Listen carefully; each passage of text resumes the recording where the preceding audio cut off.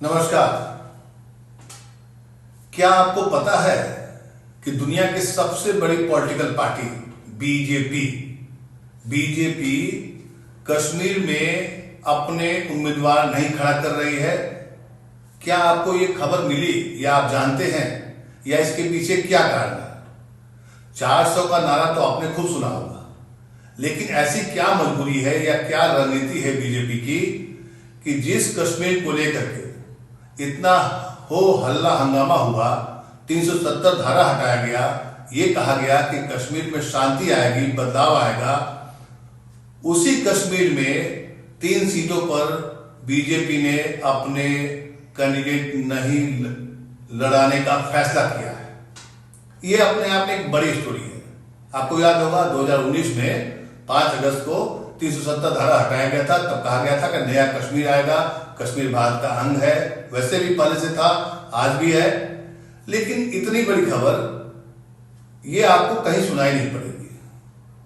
और वहां के नेता, वहां की जनता, वहां के बीजेपी कार्यकर्ता हैरान है, परेशान है कि आखिर हमने इतनी मेहनत की, 370 धारा हटा, उसके बाद भी बीजेपी कश्मीर के 3 सीटों से चुनाव कैंडिडेट क्यों नहीं उतार रही है।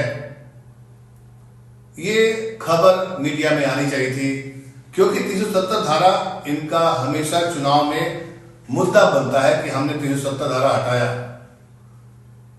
तो खबरें कम है, खबरें बताई नहीं जाएगी, खबरें बताई नहीं जाएगी तो आपको पता कैसे चलेगा।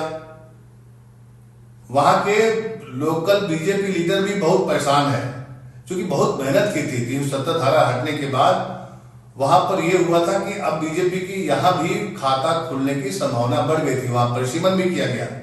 लेकिन जो खबरें हैं कि वहां पर 3 सीट ऐसी हैं जहां पर चुनाव का कोई कैंडिडेट नहीं रहेगा बीजेपी की ओर से। परिसीमन के बाद अनंतनाग राजौरी ये एक महत्वपूर्ण सीट है। और आपको बता दें कि 370 धारा हटने से पहले तक पूरे जम्मू कश्मीर, लद्दाख सब सम्मिलित था, उसमें 6 लोकसभा सीटें होती थी। 2 सीटें जम्मू में, 3 कश्मीर में और 1 लद्दाख में। ये पहले 370 धारा हटने के पहले की स्थिति थी।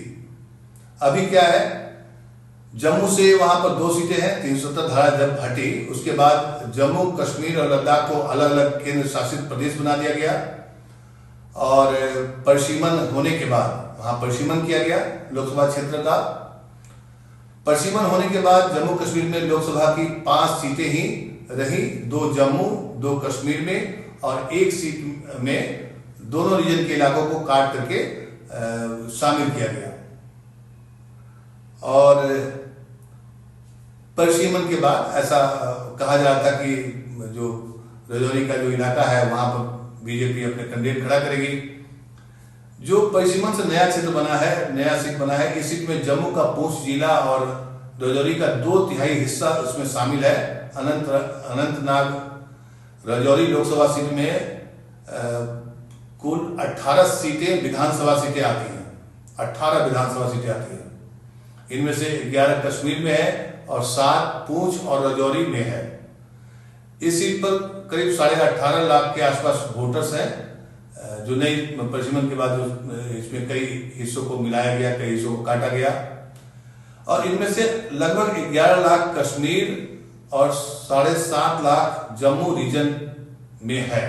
अनंतनाग राजौरी लोकसभा क्षेत्र की मैं आपको बता रहा हूं। तो जब वहां पर परिसीमन हुई तो वहां की डेमोग्राफी बदल गई। अनंतनाग सीट में जम्मू के कुछ इलाकों को शामिल करने से यहाँ की डेमोग्राफी जो है काफी बदल गई। क्यों बदल गई, मैं आपको समझाता हूं। अनंतनाग में जो कश्मीरी इलाके पड़ते हैं वहां ज्यादातर आबादी मुस्लिम है। जो कश्मीरी इलाके में वहां मुस्लिम आबादी ज्यादा है, जबकि पूंछ और राजौरी में गुज्जर और बकरवाल समुदाय के लोग ज्यादा है। मतलब एक ही लोकसभा में 2 समुदायों का एक तरह से बंटवारा हो गया। जो जम्मू में है वहां मुस्लिम, जो कश्मीर में है वहां मुस्लिम है, जो जम्मू साइड में है वहां पर बकरवाल और मैंने बताया आपको। पूंछ और राजौरी में जो गुर्जर और बकरवाल के लोग हैं उन्हें अनुसूचित जनजाति एसटी का दर्जा दिया गया है। पूंछ और राजौरी की जो संख्या है, वहां आबादी है करीब 11 लाख 19 लाख 11 लाख सवा 11 लाख के आसपास आबादी है। उसमें से 5 लाख गुर्जर बकरवाल है और इनके आने से मुस्लिम बहुल जो अनंतनाग सीट है उसमें करीब 20% जो आबादी है वो गुर्जर और बकरवाल की होने की संभावना है। परसिमन में भी खेल होता है। परसिमन क्षेत्र का तो होता ही है, किस जाति के लोग किस इलाके में ज्यादा पड़ते हैं इसका भी ध्यान रखा जाता है। इसके अलावा पूंछ और राजौरी में पहाड़ी, डोगरा, हिंदू और सिख समुदाय की भी अच्छी खासी आबादी है। अनंतनाग राजौरी सीट पर 50% कश्मीरी और 50% पहाड़ी और गुर्जर बकरवाल वोटरों के इस बार होने की संभावना है, जो परसिमन के बाद जो चीजें निकली हैं। और ये बहुत हॉट सीट है। हॉट सीट क्यों है? क्योंकि यहाँ पर जो उम्मीदवार है वो यहाँ के उम्मीदवार कौन है? बीजेपी ने अभी तक यहाँ से अनंतनाग राजौरी सीट पर से किसी भी उम्मीदवार को अपना कैंडिडेट नहीं बनाया है।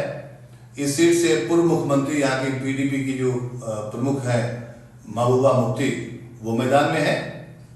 और उसके अलावा अल्ताफ बुखारी की अपनी एक अलग रीजनल छोटी सी पार्टी है। अल्ताफ बुखारी की जो पार्टी है उसके पार्टी से जफर इकबाल मनहास तो नेशनल कॉन्फ्रेंस ने मियां अल्ताफ को यहां से उतारा है। और आपको पता है कि नेशनल कॉन्फ्रेंस और कांग्रेस में अलायंस है, पीडीपी से अलायंस नहीं है। जफर इकबाल कौन है? तो जफर इकबाल जो है वो एक पहाड़ी लेखक हैं। वहीं मियां अल्ताफ जो है वो गुर्जर बकरवाल समुदाय के बड़े नेता माने जाते हैं। तो ये तो मैंने आपको राजौरी और अनंतनाग के नए परसिमन के बाद का एक डेमोग्राफी बताया।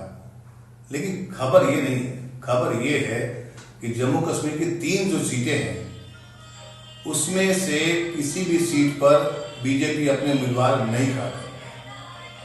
और ये अपने आप में सोचने वाली भी बात है, खबरों में रहने वाली बात है कि बीजेपी का एक नारा तो हमें बहुत सुनाई पड़ता है कि 400 पार कर लेंगे। लेकिन जिस नारे के बदौलत पूरे देश में बीजेपी का प्रचार प्रसार हो रहा है, उनके नेता यहाँ तक कि प्रधानमंत्री मोदी बार बार अपने भाषणों में ये कहते हैं कि हमने 370 धारा हटाया, कश्मीर को विकास की नई राह पर ले गए। बिल्कुल सही कहा, लेकिन वहां चुनाव क्यों नहीं लड़ रहा है? एक सवाल उठेगा, पूछा जाएगा, लेकिन पूछेगा कौन? पूछेगा कौन? बताएगा कौन? ये खबर 2 चरण के चुनाव संपन्न हो चुके हैं, लेकिन ये खबर राष्ट्रीय मीडिया में या बहुत से लोगों को पता नहीं है। बीजेपी जम्मू की 2 सीटें हैं, उधमपुर, वहां से तो लड़ रही है चुनाव, जम्मू सीट और उधमपुर से। आपको याद होगा एक वहां पर लद्दाख में है, वहां से बीजेपी के ही सांसद थे जिसको इस बार टिकट काट दिया गया है। और लद्दाख में वहां पर 6ठी अनुसूची में शामिल करने की मांग को लेकर के और क्लाइमेट चेंज को लेकर के वहां पर पिछले 60 दिन से ज्यादा, मतलब 2 महीने से ज्यादा का आंदोलन चल रहा है। ये खबरें आपको नहीं दिखाई पड़ेगी नेशनल मीडिया में। यहां तक ये भी खबर नहीं है कि आखिर क्या बात है। कोई तो रिपोर्ट आनी चाहिए थी कि जम्मू कश्मीर को जो टुकड़े किए गए, एक तरह से केंद्र शासित बनाए गए प्रदेश, तो जम्मू में क्यों नहीं, कश्मीर में बीजेपी ने अपने कैंडिडेट क्यों नहीं उतारे? 370 धारा हटने के बाद राज्य में विकास की गंगा बही है, जाहिर है इससे फायदा किसको होगा? बीजेपी को मिलना चाहिए था। पीडीपी और नेशनल कॉन्फ्रेंस तो हमेशा से राष्ट्र विरोधी ताकतों के रूप में बीजेपी उसको पेश करती है कि पाकिस्तान परस्त पार्टियां हैं। जब 5 साल का समय हो चला है, 2019 में 370 धारा हटाया गया, लेकिन कश्मीर में बीजेपी अपने कैंडिडेट उतारने से बच नहीं रही है, डर रही है। पार्टी को पता है कि वहां उसका परफॉर्मेंस सही नहीं होगा। तो समझिए कि राजनीति का विडंबना कहिए, लोकतंत्र का ये भी एक तकाजा भी है कि चुनाव नहीं लड़ना कोई बड़ी बात नहीं है। आज चर्चा हो रही है कि राहुल गांधी वहां से चुनाव क्यों नहीं लड़ रहे हैं, वहां से क्यों लड़ रहे हैं, वहां क्यों भाग गए। लेकिन कोई ये नहीं पूछ रहा है, कोई ये नहीं बता रहा है कि जम्मू कश्मीर के कश्मीर वैली घाटी, कश्मीर, वहां से बीजेपी चुनाव क्यों नहीं लड़ रही है, वहां से उम्मीदवार क्यों नहीं उतार रही है। वहां पर जहां का मैंने चर्चा किया, वहां 7 मई को चुनाव होने वाले थे, जहां के चुनाव आयोग ने उसका डेट बढ़ा दिया। संभावना ये भी हो सकता है कि शायद डेट बढ़ाया गया है तो बीजेपी तब तक अपना कोई उम्मीदवार खड़ा कर दे, इसकी भी संभावना है, इससे इनकार नहीं किया सकता है। क्योंकि चुनाव का डेट जब बढ़ाया गया तो पीडीपी महबूबा मुफ्ती जो है उन्होंने इसका विरोध किया और कहा कि ये गलत है, क्योंकि इतना लंबा चुनाव होना, 7 मई को चुनाव होना था, अब 25 मई को चुनाव होगा, तो पार्टी कैंडिडेट कहां से खर्च करेगा। एक बड़ा सवाल होता है, कार्यकर्ता कितने दिन तक काम करेगा। चुनाव कराने की जिम्मेदारी चुनाव आयोग पर है, बार बार चुनाव आयोग पर सवाल भी उठता है, लेकिन इस बार सवाल उठ रहा है बीजेपी पर। बीजेपी भाग क्यों गई, भाग क्यों रही है, लड़ क्यों नहीं रही है। उस मुद्दे को पूरे राष्ट्र का मुद्दा बनाने वाले मुद्दे का जो एपिक सेंटर है कश्मीर, वहां पर चुनाव क्यों नहीं लड़ रही है बीजेपी, ये आपको खबरों में नहीं दिखाई पड़ेगा, ना कोई इसका विश्लेषण पड़ेगा, ना मुझे भी पता नहीं है कि बीजेपी का अंदरूनी मामला क्या है। बीजेपी या कोई भी पॉलिटिकल पार्टी चुनाव सिर्फ जीतने के लिए तो लड़ती नहीं है, चुनाव में जीत हार भी होती है, लेकिन भाग जाना, नहीं लड़ना, इसमें तो खबर बनती है। जैसे राहुल गांधी अमेठी से चुनाव नहीं लड़े तो एक खबर बनी, लोगों ने पूछा, हमने भी पूछा कि राहुल गांधी अमेठी क्यों नहीं लड़े, क्योंकि एक परसेप्शन की लड़ाई, परसेप्शन की बात होती है उससे।